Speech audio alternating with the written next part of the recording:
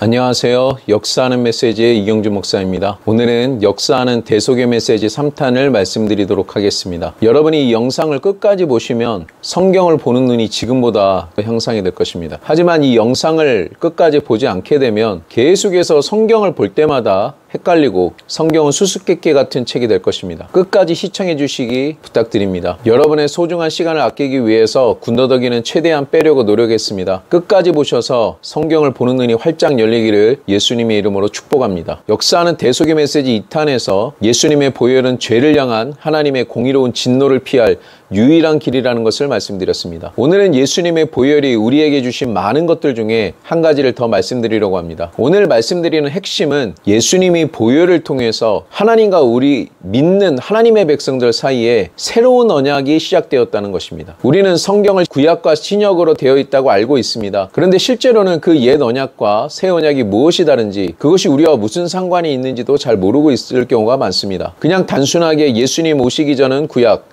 예수님 오신 다음은 신약인가 보다라고 막연하게 생각하고 계시는 분들이 많이 계십니다. 심지어 성경을 가르치시는 분들조차 잘 모르는 분들이 많기 때문에 한 번은 옛 언약에 관해 설교를 했다가 다음 주에는 새 언약에 관한 부분을 설교하면서 성도들이 성경을 볼 때마다 헷갈리며 신앙생활을 하게 됩니다. 왜냐하면 옛 언약과 새 언약은 너무나 다르기 때문입니다. 그래서 오늘은 새 언약과 옛 언약에 대해서 설명을 드리고자 합니다. 이것을 아는 것은 성경을 이해하는 데도 굉장히 중요합니다. 여러분이 귀신을 쫓아내고 병을 고치는 데에도 많은 관련이 있습니다. 또 예수님을 닮아가는 성화의 삶에도 큰 영향을 미치기 때문에 끝까지 집중해서 잘 들어주시면 감사하겠습니다. 오늘 시작하는 말씀은 마태복음 26장 27절 말씀입니다. 앞으로 제가 언급하는 구절들은 직접 찾아보시기 바랍니다. 마태복음 26장 27절은 우리가 성찬식 할 때 항상 있는 구절입니다. 이것은 죄사함을 얻게 하려고 많은 사람을 위하여 흘리는 바 나의 피 곧 언약의 피니라. 예수님이 십자가에 달려서 죽기 전 제자들과의 마지막 만찬을 하시면서 포도주 잔을 들면서 이 말씀을 갑자기 하셨습니다. 그냥 죄사함을 주는 피라고 하지 않고 예수님의 피는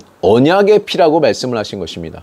사도 바울은 고린도전서 11장 25절에 같은 장면을 이렇게 표현합니다. 식후에 또한 이와 같이 잔을 가지시고 이르시되 이 잔은 내 피로 세운 새 언약이라고 말씀합니다. 마태복음에서 내 피는 언약의 피다, 언약을 세우는 피라는 것이죠. 고린도전서 11장에서는 내 피로 세운 새 언약이다라고 말씀하시는 것을 보니 예수님의 피로 언약이 새롭게 바뀌었다는 것을 알 수가 있습니다. 예수님의 피로 여러분들은 지금 하나님과 새 언약 가운데 있다는 것을 아셔야 합니다. 언약이라고 하는 것은 하나님이 자기 백성들을 어떻게 대하시는지를 말씀하는 것입니다. 예를 들어서 우리가 직장을 다닐 때도 근로계약서를 씁니다. 똑같은 일을 해도 중소기업에서 쓰는 근로계약서와 대기업에서 쓰는 근로계약서가 다릅니다. 중소기업의 직원들과 대기업 직원들이 똑같은 일을 하더라도 우리가 대우를 받는 것은 결국 그 계약서대로 대우를 받는 것입니다. 보험을 계약할 때도 보험을 모집하는 분들의 이야기를 듣고 보험을 들었지만 실제로 사고가 났을 때는 보험의 계약서대로 이행이 되는 것입니다. 그래서 그 계약 내용을 살펴보는 것은 중요한 일입니다. 우리가 세상을 살 때도 그런 계약서 내용을 잘 알아야 하는데 하나님과 우리 사이에 이런 계약보다도 더 중요한 언약의 내용이 있다면, 그리고 하나님이 우리에게 그 언약대로 행하신다면 그것을 아는 것보다 더 중요한 내용이 있을까요?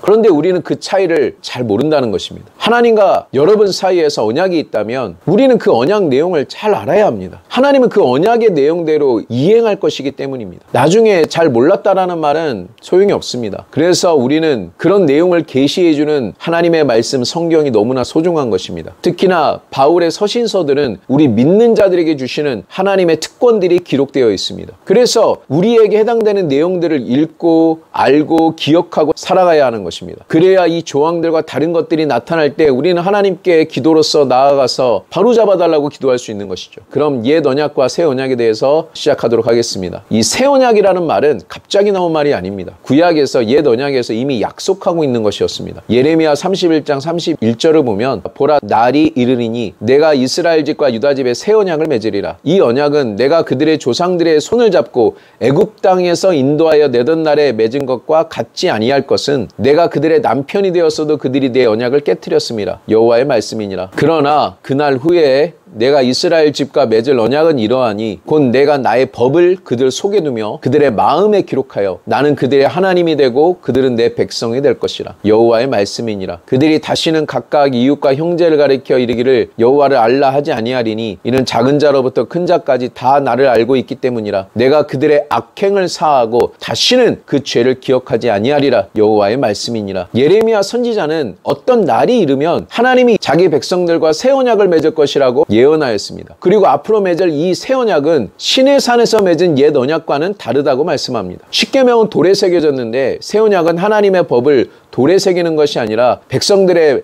속에 두고 그들의 마음에 기록한다고 말씀합니다. 또 뭔가 다른 것은 예레미야 31장 34절에 하나님이 그 백성들의 악행을 사하고 다시는 그 죄를 기억하지 아니하리라고 말씀하신다는 것입니다. 출애굽기 20장 5절을 보면 옛 언약은 나를 미워하는 자의 죄를 갚되 아버지로부터 아들에게로 3, 4대까지 이를 것이라고 말씀하셨는데 새 언약에서는 하나님의 백성들의 악행을 사하고 다시는 그 죄를 기억하지 아니하리라고 말씀한다는 것입니다. 히브리서 8장 8절 이하를 읽어보시면 똑같은 내용이 나옵니다. 이게 새 언약의 내용입니다. 에스겔 선지자도 같은 의미의 예언을 합니다. 에스겔 36장을 보면 하나님께 범죄하여 각 나라로 포로 잡혀간 이스라엘 백성들의 회복을 말씀하시는 장입니다. 36장 25절 이하를 보시면 맑은 물을 너희에게 뿌려서 너희를 정결하게 하되 곧 너희 모든 더러운 것에서와 모든 우상 숭배에서 너희를 정결하게 할 것이며 또 새 영을 너희 속에 두고 새 마음을 너희에게 주되 너희 육신에서 굳은 마음을 제거하고 부드러운 마음을 줄 것이며 또 내 영을 너희 속에 두어 너희로 내 율례를 행하게 하리니 너희가 내 규례를 지켜 행할지라. 예레미야가 했던 예언처럼 어느 날이 이르면 이스라엘 백성들의 죄를 정결하게 하고 새로운 영을 너희 속에 두고 새 마음을 줄 것이고 굳은 마음을 제거하고 부드러운 마음을 줄 것이고 하나님의 영, 성령을 너희 속에 두어서 하나님의 규례를 지키게 하고 하나님이 그 백성들의 하나님이 될 것이라고 예언한 것입니다. 새 언약이 오면 죄에서 정결하게 한다는 동일한 말씀입니다. 그리고 하나님의 법을 백성들의 속에 준다는 것도 동일합니다. 그리고 하나님의 영이 백성들의 속에 직접 오신다고 에스겔 선지자는 말씀합니다. 그리고 새 영과 새 마음을 줄 것이라고 말씀하는 것입니다. 옛 언약에서는 돌에 새겨졌는데 이제는 다 우리 속에 올 것이라고 말씀하는 것입니다. 이런 것들의 의미에 대해서는 다음에 말씀을 드리고요. 오늘은 예레미야 선지자와 에스겔 선지자가 예언했던 이 새 언약이 이스라엘 백성들이 신의 산에서 맺은 옛 언약과는 다른 것이라고 기억하시면 됩니다. 그리고 구약에서 이렇게 예언했던 새 언약은 몇백 년 동안 나오지 않고 조용합니다. 새 언약이라는 말이 안 나오다가 예수님이 십자가에 달려 죽으시기 전에 제자들과 마지막 만찬을 할 때에 포도주잔을 들면서 이 새 언약에 대해서 예수님이 갑자기 말씀하신 것입니다. 그러면서 예수님의 피로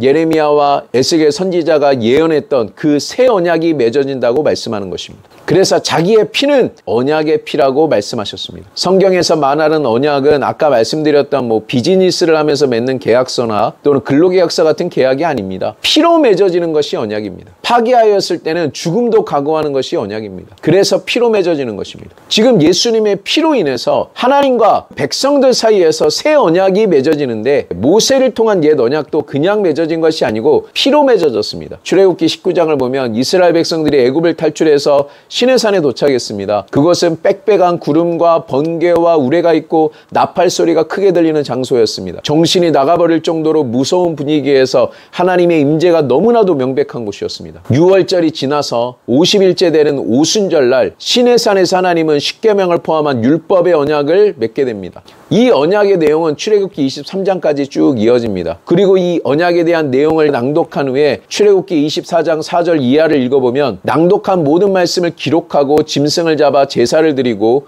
그 피를 받아서 반은 제단에 뿌리고 기록한 언약서를 다시 낭독하여 듣게 하고 이스라엘 백성들은 하나님의 모든 말씀을 다 준행하겠다고 약속합니다. 그리고 나서 모세가 짐승의 피를 백성에게 뿌리며 이르되 이는 여호와께서 이 모든 말씀에 대하여 너희와 세우신 언약의 피라고 말씀합니다. 옛 언약도 피로 세워졌습니다. 짐승의 피를 가지고 언약이 맺어진 것입니다. 옛 언약을 보면 어떤 것은 해라, 어떤 것은 하지 마라. 하나도 빠짐없이 잘 지키면 복을 그 대가로 줄 것이고 지키지 못하면 그 법을 어긴 것에 대해서 저주를 받는다는 내용입니다. 이 언약에 의하면 잘 지키면 너무 좋은데 못 지키면 인생이 끝날 정도로, 아니 내 인생뿐만 아니라 그 저주가 3, 4대까지 간다는 내용입니다. 아예 끝장난다는 얘기죠. 3, 4대만 저주를 받아도 가문이 끝나는 것입니다. 이 옛 언약은 계약의 당사자인 백성들의 순종에 달려 있습니다. 이스라엘 백성들은 출애굽기 24장 7절에서 이 모든 말씀을 우리가 준행하겠다고 약속하고 짐승의 피로 하나님과 백성들 사이에 계약이 맺어진 것입니다. 이제 하나님의 말씀을 다 지키면 복을 받고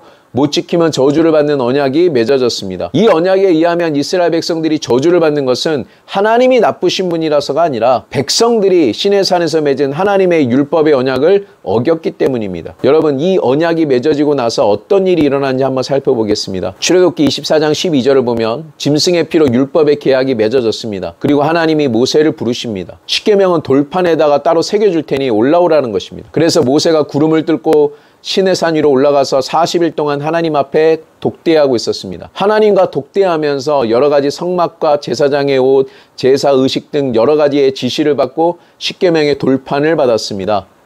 모세가 40일 동안 이것을 하는 동안 그 시내산 밑에서 백성들에게 어떤 일이 벌어졌습니까? 출애굽기 32장을 보면 40일 동안 모세가 보이지 않자 금세 아론과 이스라엘 백성들은 금고리를 빼다가 금송아지를 만들고 그것을 애굽 땅에서 자기들을 구원해낸 하나님이라고 하면서 제사를 드리고 축제를 벌이고 있었습니다. 지금 출애굽기 24장에서 하나님과 율법의 언약을 맺은 지 얼마 되지 않아서 하나님 외에 다른 신을 섬기지 마라, 우상을 만들지 마라고 하신 십계명을 시내산을 벗어나지도 못한 채 어겨버리고 만 것입니다. 율법을 받자마자 어긴 것입니다. 짐승의 피를 통해서 맺어진 하나님과의 언약을 깨버린 것입니다. 이 언약은 지키지 못하면 반드시 정죄가 따라옵니다. 형벌이 따라옵니다. 저주가 따라옵니다. 이것이 율법의 언약입니다. 이것이 율법의 저주입니다. 이게 계약 조항입니다. 그리고 출애굽기 32장 28절을 보면 율법을 어긴 형벌을 받아서 그 자리에서 3,000명이 죽음을 당하게 됩니다. 율법을 어겼기 때문입니다. 이게 율법의 언약입니다. 못 지키면 저주가 따라갑니다. 죄의 심판이 오는 것입니다. 그렇게 율법을 받고 시내산을 떠나 가나안 땅을 이스라엘 백성들이 차지했지만 몇백 년이 지나서 결국 시내산에서 맺은 이 율법을 계속해서 어기고 그 결과 심판받고 율법의 저주를 받아서 이스라엘 백성들은 바벨론과 애굽 땅에 포로로 잡혀가서 수치를 당하고 있는 상황입니다. 이런 상황에서 예레미야와 에스겔 선지자는 새 언약에 대해서 예언하였던 것입니다. 두 선지자가 새 언약을 예언한 지 수백 년 동안 새 언약이라는 단어가 없었습니다. 그런데 갑자기 예수님이 유월절날 십자가에 죽으시기 전에 제자들과의 마지막 만찬에서 두 선지자가 말한 이 새 언약을 갑자기 언급한 것입니다. 자신의 피로 새 언약이 맺어질 거라고 말씀하시는 것입니다. 예레미야와 에스겔 선지자가 예언한 것이 예수님의 피로 이루어지는 것이죠. 그리고 예수님은 유월절에 십자가에서 못 박혀 죽으시고 50일째 되는 오순절날에 마가의 다락방에 성령이 임하셨습니다.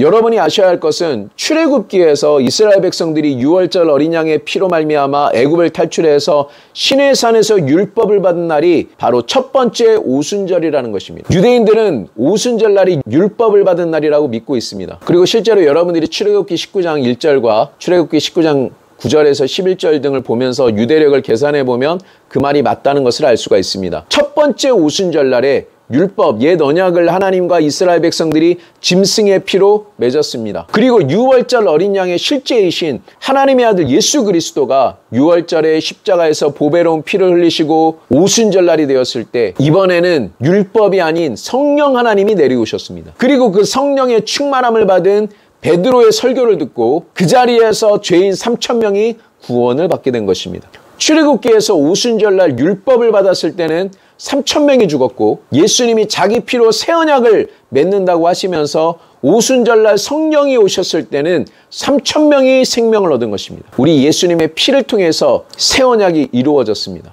고린도후서 3장 6절 이하를 보면 사도 바울은 우리를 새 언약의 일꾼이라고 표현하고 있습니다. 직접 한번 찾아보시기 바랍니다. 그러면서 이 새 언약의 일꾼은 율법 조문으로 하지 아니하고 오직 영으로 함이니 율법 조문은 죽이는 것이요 영은 살리는 것이라고 말씀합니다. 그러니까 오순절날 율법의 언약이 체결되고 언약을 어긴 죄인들에게 바로 심판이 임해서 3,000명이 죽었습니다. 그리고 예레미야와 에스겔 선지자가 예언한 대로 예수님의 보배로운 피로 말미암아 새 언약이 체결된 후에는 성령이 오셔서 죄인 3,000명이 새 생명을 받아서 살아난 것입니다. 율법 조문은 죽이는 것이요 영은 살리는 것이다. 이 말씀 그대로 이루어진 것입니다. 고린도후서 3장에서 사도 바울은 계속해서 옛 언약과 새 언약에 대해서 비교를 해주고 있습니다. 그것을 잠깐 살펴보도록 하겠습니다. 사도 바울은 우선 옛 언약과 새 언약이 있다고 말씀하고 있습니다. 그리고 우리는 옛 언약의 일꾼이 아니라 새 언약의 일꾼이라고 말씀합니다. 율법 조문으로 된 옛 언약은 죽이는 것이라고 했고 영은 살리는 것이라고 했습니다. 7절을 보시면 돌에 써서 새긴 죽게 하는 율법 조문이라고 말씀합니다. 옛 언약의 조항들은 여러 가지가 있지만 돌에 새긴 것은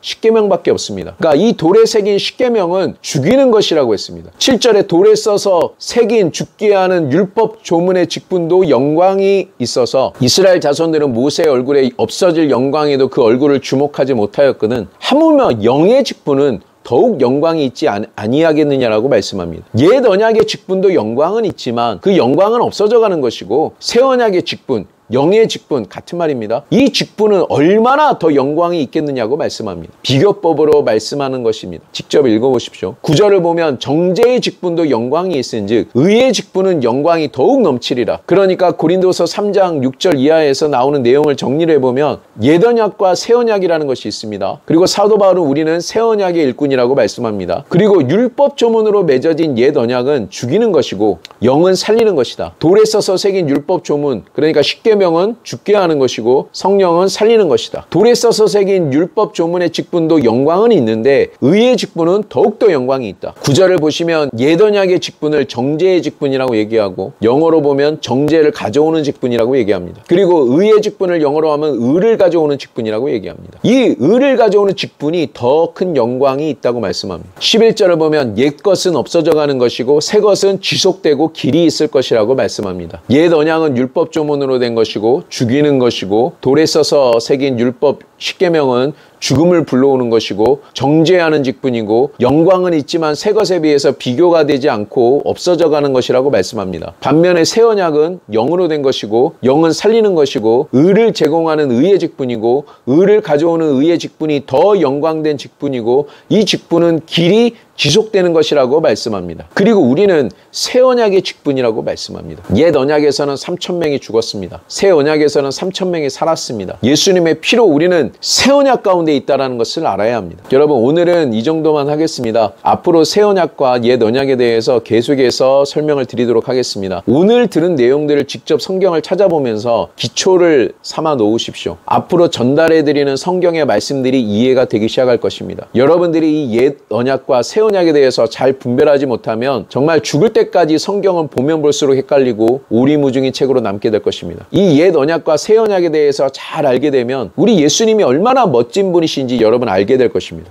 우리가 예수님의 피 때문에 하나님과 새 언약 가운데로 들어갔다는 것을 알게 되면 여러분들에게 은혜와 평강이 더욱더 많아질 것입니다. 여러분 하나님의 은혜를 더 많이 받고 싶으십니까? 항상 불안한 여러분, 하나님의 평강을, 하나님의 평안을 더 많이 받고 싶으십니까? 은혜와 하나님의 평강을 더 많이 받고 싶은 여러분들에게 성경은 해답을 주고 있습니다. 하나님의 은혜와 하나님의 평강은 더 받을 수 있습니다. 그러면 어떻게 하면 더 받을 수 있습니까? 베드로후서 1장 2절을 보면 하나님은 우리 주 예수 그리스도를 알므로 은혜와 평강이 너희에게 더욱더 많아질 것이라고 얘기합니다. 베드로후서 1장 2절의 말씀처럼 하나님이 예수님의 십자가에서 흘리신 보배로운 피를 통해서 우리에게 어떤 일을 해주셨는지를 알면 알수록 하나님의 은혜와 하나님의 평강이 여러분에게 더 많이 임하게 될 것입니다. 그리고 하나님과 예수님을 알면 알수록 우리는 예수님을 더 사랑하지 말래도 더 사랑할 수밖에 없고 그분을 더 알고 싶어지고 복음을 더 알고 싶어지고 또 알면 알수록 하나님의 은혜와 평강이 우리들의 삶에 더욱더 부어지는 것입니다. 하나님의 은혜는 끝이 없습니다. 요한복음 1장 16절의 말씀처럼 우리가 다 예수님의 충만한 데서 받으니 은혜 위에